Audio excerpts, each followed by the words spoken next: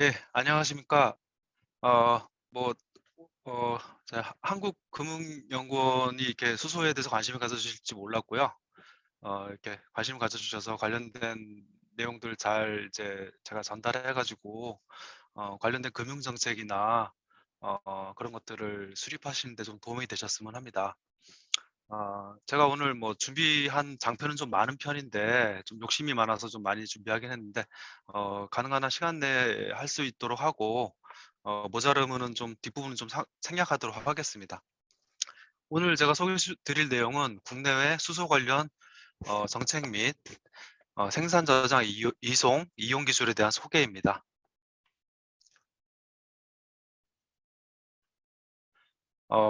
에너지 전환하고 국내 정책 수소 일반에 대해서 설명드리고, 그다음에 수소 생산 저장 관련된 기술들 소개해 드리고, 제가 하고 있는 수소 시범 도시 사업에 대해서 소개해 드리도록 하겠습니다.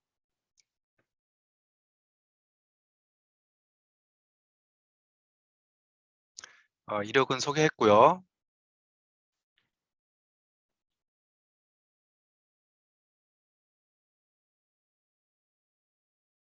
예, 에너지 전환 및 국내 정책 현황에 대해서 말씀드리겠습니다. 어, 잘 아시겠지만 빌 게이츠의 기후 재앙을 피하는 법을 보면은 관련된 기술로서 설명하는 걸로 기술로서 얘기하는 게 탄소 배출이 없이 생성된 수소, 한 계절을 버틸 수 있는 그리드 스케일의 전기 저장, 이것도 수소에 해당할 수 있고요. 전자연료, 이것들은 수소로부터 합성되는 연료라고 보시면 됩니다. 그다음에 제로 탄소의 시멘트, 제로 탄소 철강 쪽, 수소 환원 제철 쪽을 얘기할 수가 있고요. 저희가 암모니아 합성할 때도 수소를 사용하기 때문에 제로 탄소 비료가 될 수 있고요. 그다음에 플라스틱유도 수소로 합성을 하기 때문에 이런 제로 탄소 플라스틱도 이에 해당한다고 볼 수가 있겠습니다. UN 기후변화협약 기술집행위원회에서 에너지 공급 부분 유망 기술에 대해서 작년에 자료를 냈고요. 거기에 그린 수소가 포함되어 있습니다. 어, 그린 수소의 용도는 변동성 재생전기의 저장, 공정용 고온용 열, 환원제철, 암모니아 비료, 고중량 수송 등에 활용될 것으로 예측을 하고 있습니다. 잘 아시겠지만 전 세계적으로 탄소 중립을 많은 나라에서 발표하고 있고요. 주요 국가로는 EU, 미국, 일본, 중국, 우리나라도 탄소 중립을 선언을 하였습니다. 탄소 중립 시나리오를 보면은 영국 같은 경우는 산업 부분에서 그린 수소와 CCUS를 활용하는 걸로 되어 있고요. 일본은 어, 해상 풍력이나 원자력 수소, 전기차, 배터리 등을 활용하는 것으로 되어 있고, 탈탄소 발전으로 역시 어, 수소와 암모니아를 활용한 것으로 되어 있습니다. IEA 자료 또는 IRENA 자료에서도 역시 수소를 활용하는 것을 이야기하고 있습니다. 뭐 잘 아시겠지만 여러 국가들에서 어, 수소 전략에 대해서 발표하였습니다.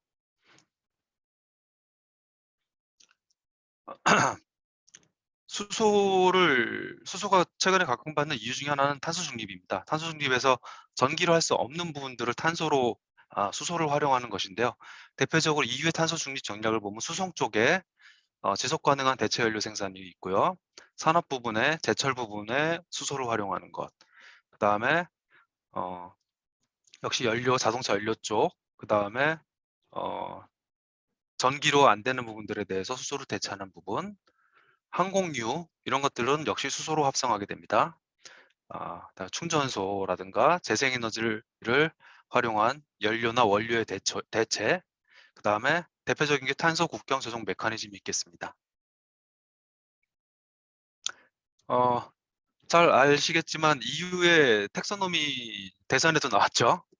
텍소노미 얘기가 나왔는데 이 텍소노미에 포함이 되면 금융적인 지원을 받을 수 있는 것들이고요. 그러지 못하면 금융 지원에서 배제가 돼서 향후 관련 산업의 발전에 굉장히 어려움을 겪을 수 있을 것입니다.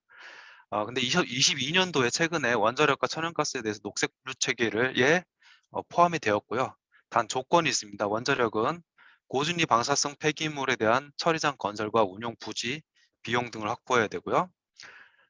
천연가스 발전의 경우는 킬로와트아워당 270g 이하의 CO2 발생을 해야 합니다.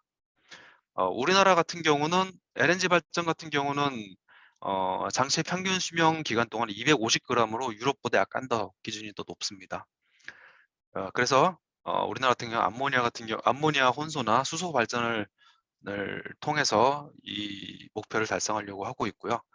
특히 개질 수소라고 하는 거는 천연가스하고 물하고 반응시켜서 수소하고 일산화탄소를 만들어서 다시 일산화탄소는 는 저기 이산화탄소로 다시 변환시킨 다음에 분리하는 건데요.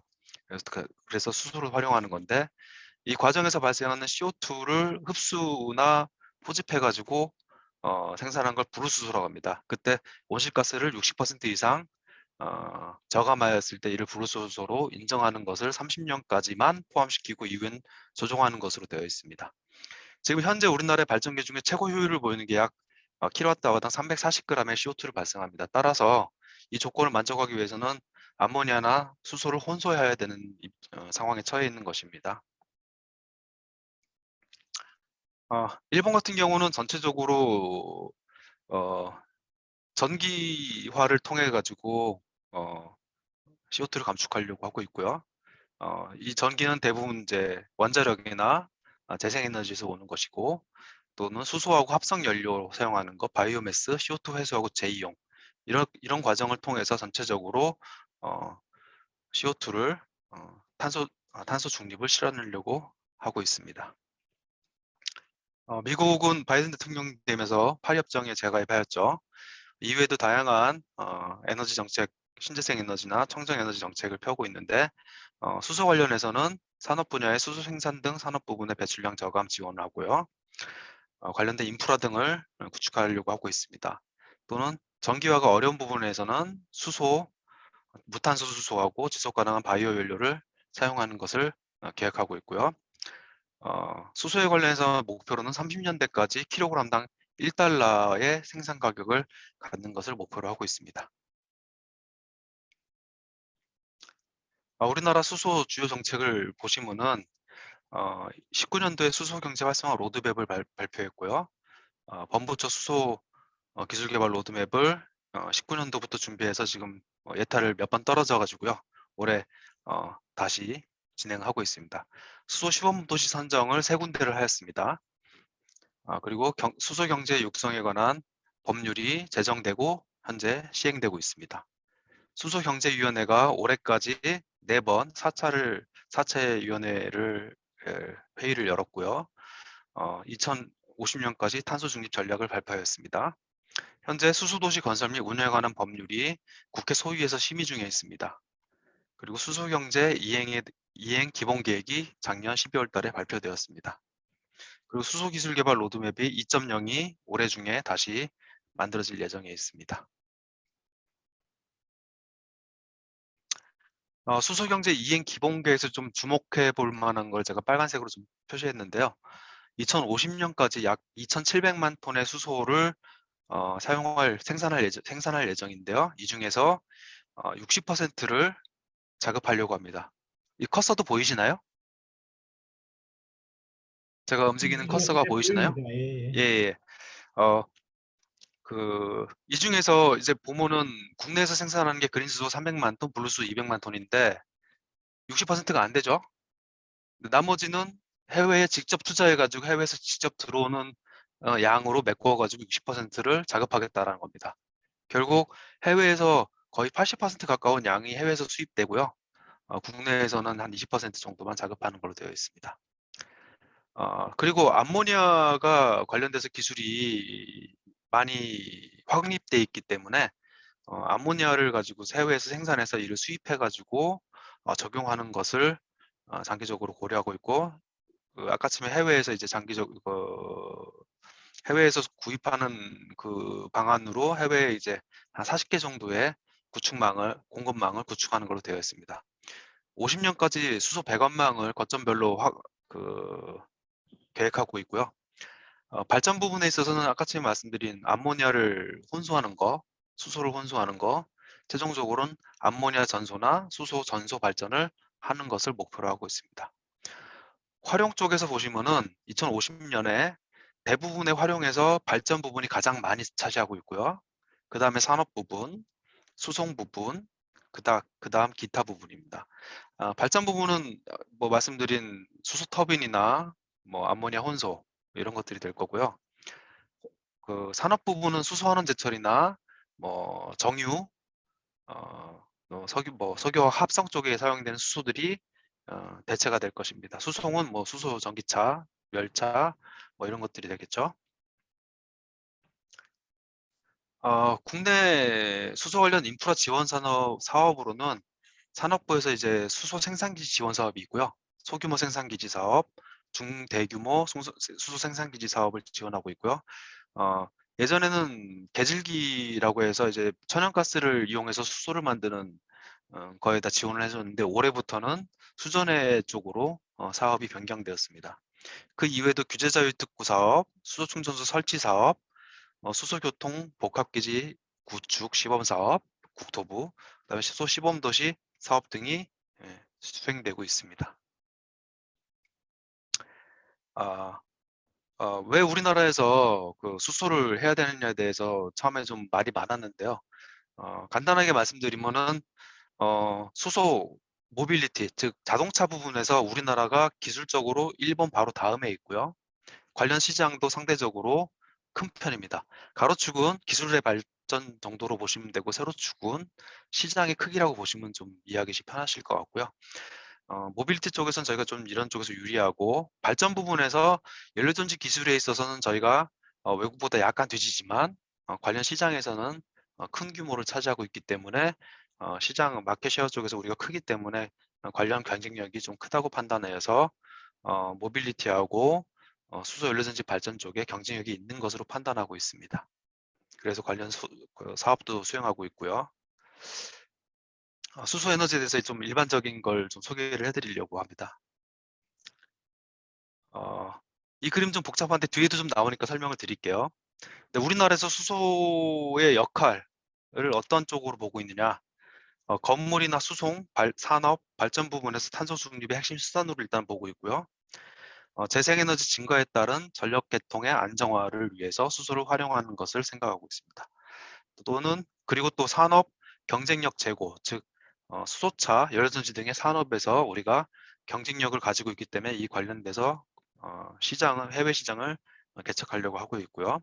에너지 안보, 즉 화석연료의 의존을 저감하고 해외 현지 수소 생산을 통해서 수소를 확보하는 전략을 구사하려고 하고 있습니다. 수소는 1776년에 헨리 캐번디시가 발견을 했고요. 명명은 잘 아시겠지만 중학교 때 화학 시간에 나오죠. 라부아지에가 그 부인하고 같이 연구해가지고 이 가스가 타고 남은 물이 만들어진다. 하이드로가 생성된다 지인이라고 해가지고 하이드로지인으로 명명을 하였습니다. 뭐 우주에서 가장 많이 큰 질량을 차지하고 있죠. 언제부터 사용하였느냐? 타운가스라고 그래가지고요. 그 석탄을에다가 그 산소하고 물을 고온에서 반응시켜가지고 수소하고 일산화탄소를 만듭니다. 그걸 가스화라고 하는데요.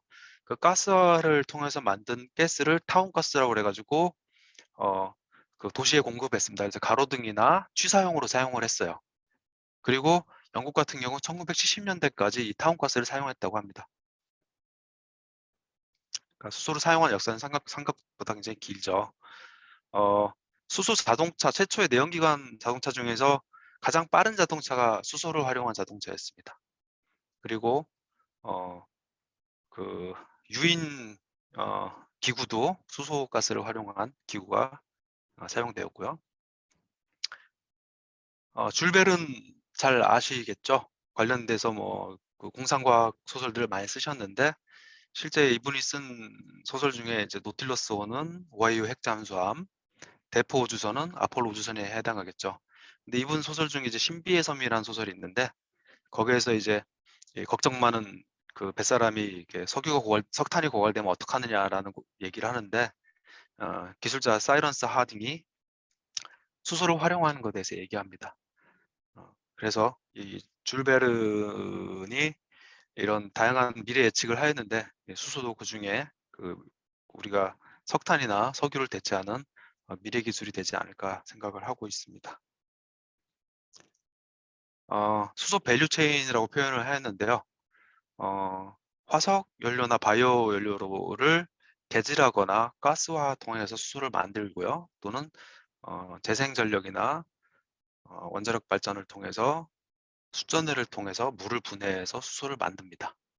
이 만든 수소는 액화를 해서 액화 탱크나 액화 트레일러나 수소 고압가스의 수소를 압축해서 나르는 튜브 트레일러 또는 수소 배관, 수소 액화 수송선 등을 통해서 수소를 이송할 수 있고요. 이를 수소를 또 전환해 가지고 질소하고 반응시켜서 암모니아를 합성하거나 또는 LOHC라고 그래 가지고 수소를 함유하고 있는 탄화수소 형태로 변환시켜 가지고 이를 다시 전환해 가지고 수소로 다시 변환시켜서 활용하는 방안이 있고요. 이 뒤에 있는 이제 메탄이나 이런 것들은 현재는 잘 고려되지 않고 있고, 요 두 가지 케이스가 많이 고려되고 있습니다. 최종 사용자 측에서는 운송 수단이나 또는 건물, 난방, 전력 또는 산업 쪽의 원료로 활용하는 것이 생산부터 활용까지의 수소 밸류 체인이라고 보시면 되겠습니다.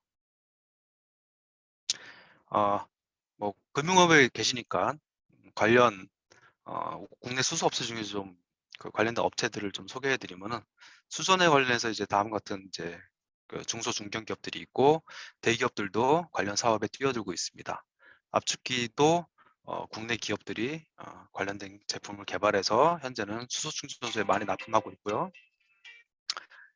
저장 용기 같은 경우도 지금 NK라는 국내 업체가 중압, 고압까지 지금 생산하려고 준비하고 있고요. 개질기도 원일 TNI, 제인 기히터 같은 업체들이 소형 개질기를 개발해서 납품하고 있고, 롯템은 일본 기술을 가져다가 제휴해서 공급하고 있습니다. 수소 전기차에 사용되고 있는 타이포 용기 같은 게 일진 복합 소재에서 공급하고 있고요. 튜브 트레일러라고 그래가지고 고속도로에 이제 빨간 그 가스통 같은 거를 싣고 다루는 큰 트럭 같은 거 보셨을 건데, 그게 이제 튜브 트레일러인데 NK라는 회사에서 그걸 만들고 있고요. 또 한화솔루션이나 이런 대기업들도 그 관련 사업을 진출하려고 하고 있습니다.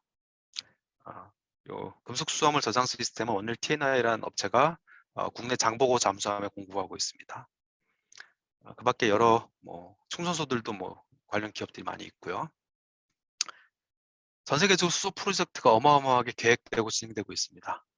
약 359개까지 정도 되는 걸로 이제 보고되고 있고요. 한 5천억 달러에 해당하는 프로젝트 비용이 추산되고 있습니다. 이거보다도 계속 늘 걸로 예상하고 있고요. 수소 생산에 대해서 좀 설명드리겠습니다. 현재 수소를 생산하는 방법은 거의 이제 천연가스 개질을 통해서 수소를 많이 생산하고 있고요. 오일 기반 쪽, 즉 납사라고 하는 원료를 통해서 생산하거나 가스화를 통해서 생산하고, 수전해를 통해서는 약 4% 정도 생산되는데요. 이게 우리가 보통 얘기한 수전해가 아니고요. 보통 클로로알칼리라고 해서 염소를 생산하는데 소금물을 전기 분해하는데요. 그때 부산물로 수소가 발생합니다. 그 수소가 한 4% 됩니다. 활용은 대부분 암모니아 합성이나 석유화학 쪽에 활용되고 있고요. 그 밖에 전기나 금속 쪽에도 활용되고 있습니다. 2050년대 생산 방법은 반면에 지금은 거의 그레이 수소나 블랙 수소에 해당하지만, 장기적으로 2050년대에는 여러 예측하는 기관마다 다르긴 하지만 대부분 그린 수소와 블루 수소로 생산될 걸로 예상하고 있습니다. 활용은 대부분 산업이나 수송, 발전, 그 다음에 난방 이런 쪽으로 활용될 걸로 예측하고 있습니다. 우리가 이제 뭐 그린, 블루, 그레이 수소, 핑크 수소 이런 식으로 이제 수소를 명칭을 하는데 그 명칭을 부르는 그 방법은 수소를 생산하는 투입 원료나 에너지, CO2 처리 방법에 따라 구분합니다. 대표적으로 저희가 그린 수소라고 하는 거는 재생에너지를 기반으로 수전해를 통해서 생산된 대표적인 게 수전해죠. 수전을 통해 생산된 걸 그린 수소라고 하고요. 그레이 수소라고 하는 거는 그냥 천연가스를 개질해 가지고 생산된 수소를 그레이 수소라고 합니다.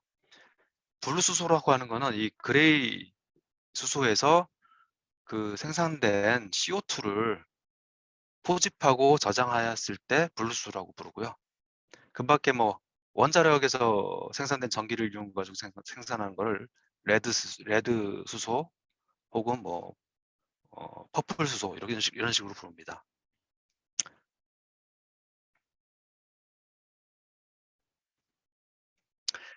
그러면 이제 저희가 얘기하는 그레이 수소에서 이제 청정 로카본 수소를 얘기하는 기준점이 어떻게 되느냐? 그것은 이제 수소 1메가줄을 생산하는데 발생한 CO2가 91g 정도가 나오는데요. 그레이 수소에서 여기서 60%의 CO2를 저감을 하게 되면은 이거를 저탄소 수소라고 얘기합니다. 즉 약 수소 CO2 수소 1kg 만드는데 약 10kg 정도의 수소가 발생하는데요. 여기서 60%를 뺀 한 4kg 정도의 CO2가 발생하게 되는 거를 저탄소 수소라고 이야기하고 있고요. 우리나라도 그 기준을 그대로 따라가려고 하고 있습니다. 관련된 인증제도에 관련된 것들을 산업부가 현재 준비하는 것으로 알고 있습니다. 국내에서 생산된 수소는 대부분 정유 공장 안에서 생산되고요. 납사 분해하는 과정에서 부산물로 좀 생산되는 게 있고 별도로 이제 계질 반응을 통해서 생산되는 것, 크로로 알칼리라고 해서 염소를 생산하는 과정에서 부산물로 생산되는 게 있고요. 기타 뭐 생산이 좀 있습니다. 이 생산량에서 실제로 유통되는 것은 14%가 유통되고요. 그것도 대부분 석유화학단지 내부에서 다 유통이 됩니다. 그러니까 석유화학단지 내부에서 생산돼서 다시 내부로 다 이용되고요. 그 중에 한 1, 2% 정도만 밖으로 유통이 됩니다. 저희가 알고 있는 튜브 트레일러 같은 거 통해 가지고 유통되는 양이 한 1, 2% 된다고 보시면 되고요. 요 판매량의 요 뒷부분은 좀 제가 나중에 뒷부분에 이제 부생수소 쪽에 설명을 좀 드릴게요. 아까 아침에 설명드린 이제 계질수소라고 하는 거는 저희가 도시가스 안에 이제 부취제라고 그래가지고 도시가스가 새면은 냄새가 나라고 이제 황성분을 좀 넣습니다. 그 황성분을 제거하고 물을 같이 추가해가지고 촉매해서 반응을 900도 정도의 온도에서 반응을 시키면은 수소하고 일산화탄소 CO2가 발생을 하고요. 이 발생한 가스를 정제를 해가지고 99.999%의 수소를 만들고 나머지 일산화탄소나 CO2는 다시 버너로 떼서 열원으로 사용하게 됩니다. 이게 저희가 알고 있는 현재 쓰고 있는 가장 많이 수소를 생산하는 방법이기도 합니다. 자, 부생수소라는 얘기 많이 들어보셨을 거예요. 부생수소는 수소를 생산하는 목적이 아니고 다른 제품을 만드는 목적으로 공정을 돌리지만 부가적으로 수소가 생산되는 공정들입니다. 대표적인 게 납사 계질인데요. 납사 크래킹인데 납사를 분해해 가지고 우리가 흔히 알고 있는 폴리에틸렌이나 폴리프로필렌 같은 플라스틱을 만드는 원료가 되는 올레핀이라는 걸 만드는데요. 그 과정에서 수소가 부산물로 발생하고요. 프로판 역시 마찬가지로 프로판을 깨가지고 프로필렌이라는 걸 만드는데 그때 역시 마찬가지로 수소가 부생으로 발생합니다. CA 공정이라 해가지고 클로로알칼리 공정이라고 해가지고요. 우리가 비닐이라고 하는 PVC라고 하는 이제 폴리머를 만들 때 이제 염소가스를 사용하는데 그 염소가스를 만들기 위해서 소금물을 분해합니다. 소금물을 분해하게 되면 염소하고 수소가 발생하게 됩니다. 이때 이 부산물이 수소가 되고요. 그 제철 공정에서도 일부 수소가 발생을 합니다.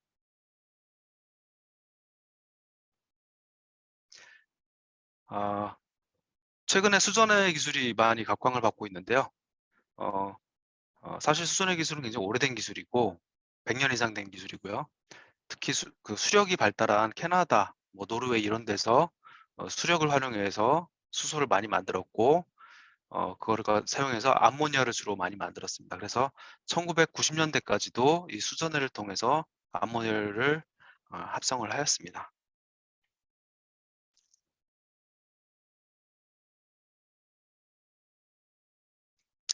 자, 전기 쪽에서 왜 그 수전해 기술이 필요하냐라는 얘기를 하는데 전기는 남거나 모자란다라는 표현이 정확하지 않고요. 수요하고 공급이 항상 같아야 됩니다. 그러니까 100을 생산하면은 100이 소모가 돼야 되죠. 근데 100이 생산되는데 사용량이 좀 줄게 되면은 우리가 뭐 주파수라고 하는 게 있는데 우리 그 전기 제품 뒤에 보면 60Hz 이렇게 써 있을 거예요.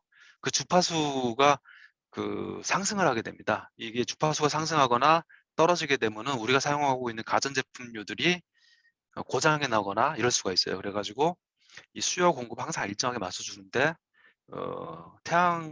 태양이 이제 뜨거나 바람이 불고 뭐 안 불고 이런 변동성이나 예측 불가능성 때문에 이 수요 공급을 맞추기 항상 굉장히 어려워집니다. 전력 쪽에서. 특히 캘리포니아 지역에서는 그 태양광을 많이 사용자들이 깔았죠. 그래가지고 발전사 입장에서 볼 때는 낮 시간대에 그 전기의 수요량이 갑자기 줄어듭니다. 그래가지고 발전기들을 꺼야 되는 입장에 놓여요. 그래서 석탄 화력이나 원자력 같은 발전원까지 꺼야 되는 상황이 발생하기 때문에 이런 재생에너지가 늘어나면서 이렇게 기존의 이런 발전원들에 큰 영향을 미치고 이런 부분을 갑자기 에너지 수요가 갑자기 줄거나 갑자기 늘어나는 이런 것들 때문에 관련 발전 설비나 송전 설비들의 투자가 굉장히 많이 발생해야죠. 비용이 많이 발생하죠. 그래가지고 이런 것들을 줄이기 위해서 낮 시간에 생성된 에너지들을 뭐 저장하고 이런 배터리를 이용해서 저장하든지 수요단에서 남는 전력을 수전해를 통해서 수소로 저장을 해서 나중에 뭐 열전지나 이런 걸 통해서 다시 전기 형태로 공급해주는 그런 기술들이 필요로 하게 됩니다. 수전해가 대표적인 게 이제 알칼라인 수전해, 팸 수전해, SOEC 수전해 뭐 이런 식으로 얘기를 하는데요. 다 어렵죠. 근데 알칼라인 수전해가 가장 오래된 그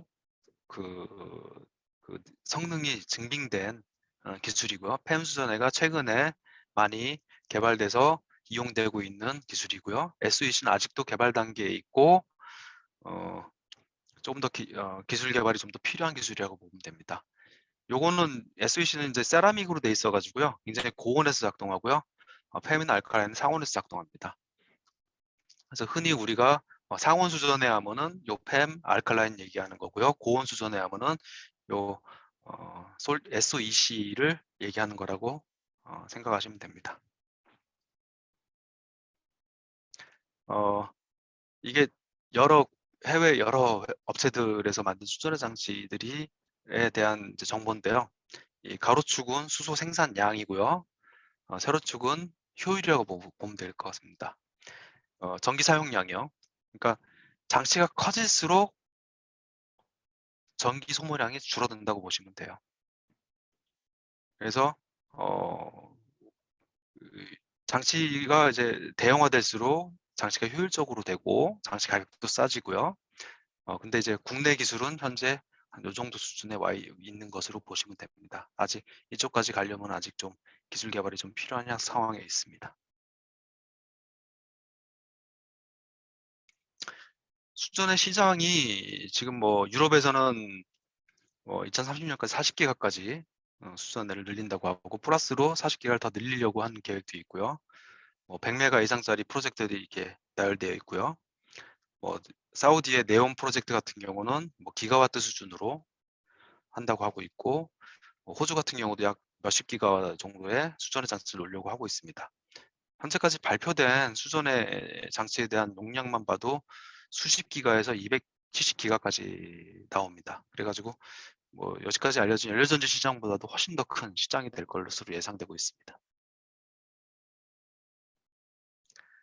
이렇게 수전해를 활용해서 수소를 저장하는 산업이나 실증 사례는 대용량으로 에너지를 저장하는 것이 있고요. 그다음에 수송용이나 그, 복합 발전이라고 그래가지고 열과 전기를 동시에 생산해서 공급하는 CHP 또는 산업 연료로 활용하는 그런 게 있습니다. 오스트리아 이쪽에서 이제 빵 공장에 필요로 하는 그 가스를 수소를 활용해서 사용한 사례도 있습니다.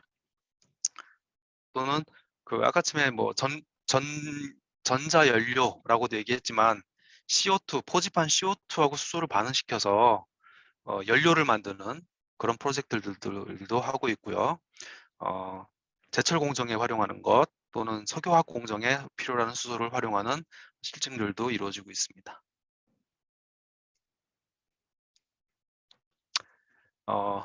수전에 관련된 해외 대표적인 기업이 넬이라는 회사와 프랑스 맥피 이런 회사인데요. 이 회사들이 계속 적자예요, 사실은. 그런데 지금 주가는 어마무시하게 올라가서 지금 조 단위로 이 업체들을 살려고 해도 살 수가 없는 형편입니다. 잘 아시는 티센크루프나 ITM, 큐민, 커민스, 지멘스 이런 회사들이 수전해를 기가와트 이상으로 생산할 수 있는 공장을 설립하겠다고 선언을 하였습니다. 이 부분은 좀 넘어갈게요. 설명하기도 좀 복잡하고 나중에 시간 되면 설명드리도록 하겠습니다. 이제 수소를 저장하고 이송하는 쪽을 좀 설명드릴게요. 저장은 고압 저장, 파이프 라인이나 지중 저장, 액화, 암모니아, LHC 이런 것들이 있습니다. 이송은 파이프, 튜브 트레일러, 액화, 암모니아, LHC 이런 것들이 있고요. 해외 대량 이송으로는 액화, 암모니아, LHC가 있겠습니다. 수소 용기를 구분하는 방법으로 타입 1, 타입 2, 타입 3, 타입 4 이런 식으로 구분을 합니다. 타입 1은 그냥 금속 재질로 된 거고요. 타입 2는 금속 재질 위에 카본 파이버 같은 고광성 섬유를 감아가지고 만든 거를 타입 2라고 그러고, 알루미늄 라이너에다가 이제 카본 섬유를 감은 거를 타입 3라고 그러는데, 이 차이는 얘는 요 병 목까지 목적은 안 감는 거고 얘는 병 목까지 다 감는 겁니다. 타입 4는 플라스틱을 안에 라이너로 사용하고 바깥에 카본 파이버를 감은 거고요. 이게 대표적으로 이제 넥소에 들어가는 용기가 요 타입 4의 용기입니다. 이게 얘는 플라스틱하고 카본 파이버로 되기 때문에 가볍겠죠. 가벼우니까 주로 자동차 쪽이나 이런 데 사용되고요. 요 스틸로 된 용기는 무겁기 때문에 정치용, 즉 수소 충전소나 이런 데 사용을 주로 합니다. 그러니까 자동차나 어떤 이동 수단 쪽에 사용하는 건 요 타입 4 용기가 많이 쓰이고, 고정된 장소에서 수소를 저장할 때는 요 타입 1 용기를 많이 쓴다고 이해하시면 됩니다.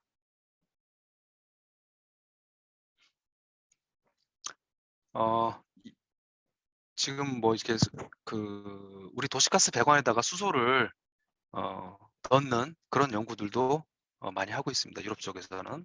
특히 영국에서는 수소를 도시가스 배관에 넣다가 나중에 완전히 수소로 치환하는 그런 것까지 하고 있고, 관련해서 이런 주택도 짓고 주택에서 수소 배관을 넣고 이제 취사나 보일러 등에 활용했을 때 이제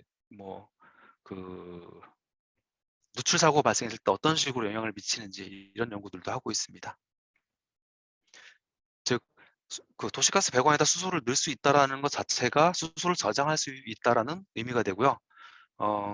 관련해서 우리나라 산업부도 요 관련돼서 도시가스 배관에 수소를 넣는 것을 지금 현재 검토하고 있습니다. 지중 저장이라고 그래서요. 이렇게 지하에다가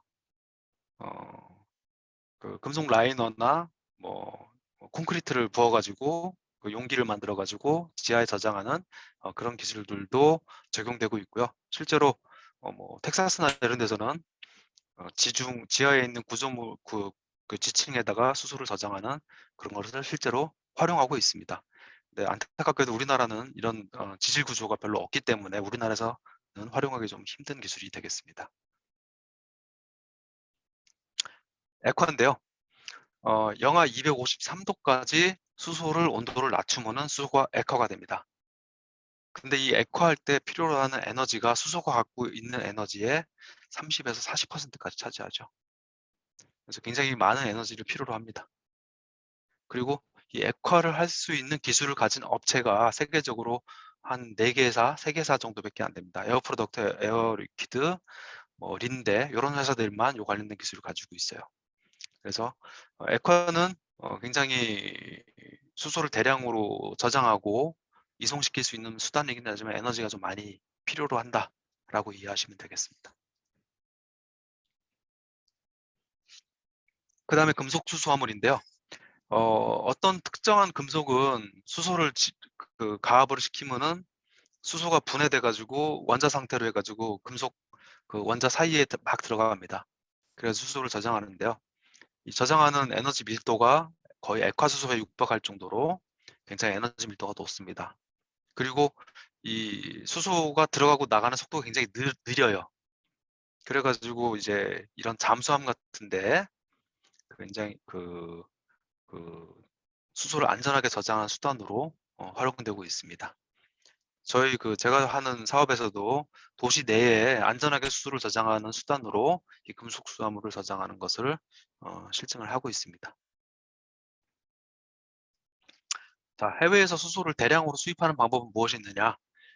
그 전제 조건은 대량으로 수송해야 됩니다. 즉 액상이어야 되고요.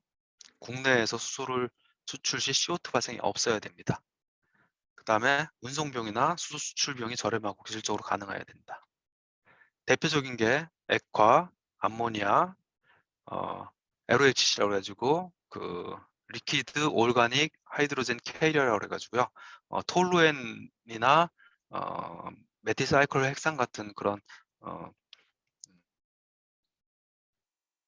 하이드로카본류 계열 중에서 수소를 넣었다 뺐다 할 수 있는 물질들이 있습니다. 그 물질들을 활용하는데요.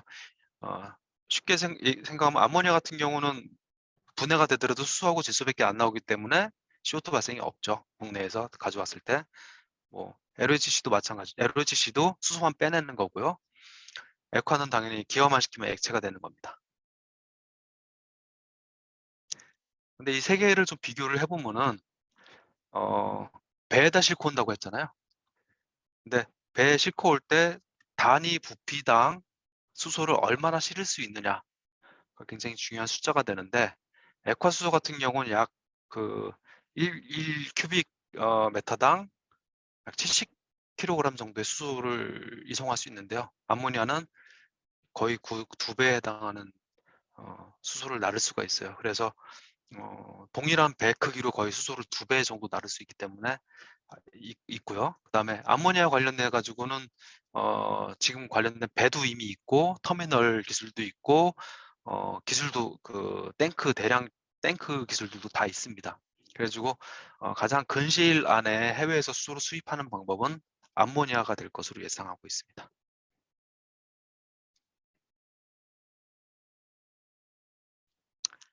자, 그럼 국내에서 수소를 이송할 때 어떤 방법이 가장 유리하느냐? 이 그래프 보기 좀 어렵잖아요. 쉽게 얘기하면은 중거리, 단거리에서 소량 사용하는 거는 튜브 트레일러를 쓰는 게 제일 쌉니다. 근거리에서 정말 대용량으로 사용하는 거는 파이프라인이 제일 좋고요. 그래서 석유화학 단지 안에서 뭐 A 공장에서 많이 만든 거를 B 공장으로 보낼 때 그냥 파이프라인으로 보냅니다. 근거리이기 때문에 대량으로 사용하고, 초장거리의 경우는 액화수소를 활용하게 되죠. 그러니까 미국이나 중국 같이 굉장히 국토가 큰 나라들은 액화수소가 굉장히 유리한데 국내에서 액화수소를 유통하는 게 이렇게 유리할지 안 할지는 조금 좀 경제성 검토가 좀 더 필요하다고 봅니다. 수소 충전하고 시설 안전에 대해서 일반에 대해서 좀 소개해 드리도록 하겠습니다. 수소 충전소가 어떻게 구성되냐면요. 수소 충전소에 이제 튜브 트레일러가 주차될 수 있는 공간이 있고요. 이 수소 튜브 트레일러가 주차가 되면은 거기 이제 배관을 연결해 가지고 압축기로 한 500기압 정도로 수소를 압축하고요. 다시 압축기를 돌려서 거의 900기압까지 수소를 압축합니다. 이 압축한 수소를 수소차가 오면은 디스펜서에 연결해서 쭉 들어가는데 이 수소차에 수소가 충진될 때 온도가 올라가면은 안전상의 문제가 생기기 때문에 수소를 영하 40도까지 냉각시켜서 수소를 충전하게 됩니다.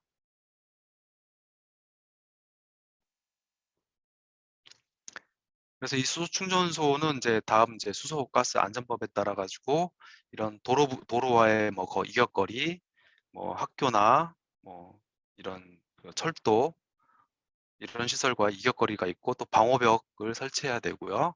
각종 센서류들을 설치해야 됩니다. 그래서 안전을 확보하고 있습니다. 저희가 수소차에 사용하는 용기 시험은요. 어, 이걸 본파이어 테스트라고 해가지고 여기 화염 시험이라 해가지고 이 수소 용기를 그 버너 위에 놓고서 버너를 태워가지고 수소 탱크가 어, 그 안전하게 수소를 잘 분출하는지 폭발하진 않는지 이런 테스트를 하고요. 이거를 총기 시험도 하고 낙하해가지고 수소가 새는지 안 새는지 그런 시험도 하고 수압으로 10,000사이클 정도를 물을 넣었다 뺐다 하는 테스트를 해가지고 그 내압 특성 같은 것도 확인하게 됩니다. 다양한 시험을 통해서 안전성을 충분히 확보한 수소 용기가 사용되고 있다고 보시면 됩니다. 이거는 뭐 옛날에 DOE에서 테스트한 건데요. 휘발유차하고 수소차하고 이제 그 연료가 누출됐을 때 사고가 어떤 식으로 일어나는지를 비교했는데, 휘발유차는 휘발유가 샌 다음에 발화가 되면 차가 이렇게 폭발해 버리는데, 수소차는 수소 용기에 구멍이 나면은 이렇게 수소가 한 방향으로 쭉 유출되면서 화재가 발생하고 자연스럽게 꺼지면서 안전하게 어, 수소가 이렇게 소진되는 걸 확인할 수 있고요. 특히 수소 특징이 이렇게 우리가 그 불을 쬐면은 이렇게 따뜻하게 이게 라디에이션이 있잖아요. 근데 수소는 라디에이션이 굉장히 작아요. 그래가지고 이 자동차의 그 열기로 인한 피해도 굉장히 적습니다. 그래서 좀 이런 휘발유보다는 훨씬 안전하다고 확인되어 있습니다. 그래서 이런 수소 부품류들을 테스트하기 위해서 최근에 대전의 수소 산업 전주기 안전성 지원센터가 설립되고 이런 수소 충전소나 수소 자동차에 사용되는 부품류들을 1000기압 이상의 압력으로 테스트할 수 있는 이런 설비들이 구축되어 있습니다. 이거 수소차를 충전하는 프로토콜인데 좀 어려우니까 다음 장 설명드릴게요. 저희가 수소차를 끌고서 저기 충전소에 가게 되면요. 먼저 운전원이 와가지고 충전 노즐을 수소차에 결합을 하게 됩니다. 결합하게 되면은 그 디스펜서라고 하는 저 충전 모듈이 수소를 한번 빵 넣어줘요. 그래가지고 이 노즐이 잘 결합되어 있는지 확인하고 그 다음에 다시 수소를 한번 빵 넣어줘가지고 그 수소 자동차 내부에서나 충전기 안에서 누출이 있는지를 확인합니다. 그 누출이 없으면은 정해진 그 외기 온도나 수소 전기차의 초기 압력에 따라 가지고 수소를 쭉 충진하게 됩니다. 충진하는 과정에서 뭐 디스펜서에 따라 가지고 중간에 충전을 멈춰 가지고 차량 내부에서 어, 어떤 그 누출이 있는지 없는지 이런 확인 작업까지 하게 됩니다. 수소 시범 도시 사업을 지금 현재 울산, 전주, 완주, 안산에서 수행하고 있고요. 올해 5개 지자체에서 추가적으로 수행할 예정에 있습니다. 소시범도시 인프라기술 개발 사업은요, 주거단지 안에 이런 전기 저장, 수소 저장, 열 저장, 재생에너지를 활용해 가지고 단지 내에 필요로 하는 전기나 열 등을 공급하고 남는 것은 또 외부까지 거래할 수 있는 이런 것들을 수행하기 위한 안전성들, 그다음에 효율성들을 향상하기 위한 수설비들에 관한 연구를 수행하고 있습니다. 관련해 가지고 지금 3척에서 사업을 진행하고 있고요. 지금 조감도가 보이시죠? 이렇게 해서 다양한 형태의 주택에서 수소를 활용하는 그런 연구를 수행하고 있습니다. 예, 대략 한 50분 정도에 마쳤고요. 한 10분이나 15분 정도 걸쳐가지고 질의응답 받도록 하겠습니다.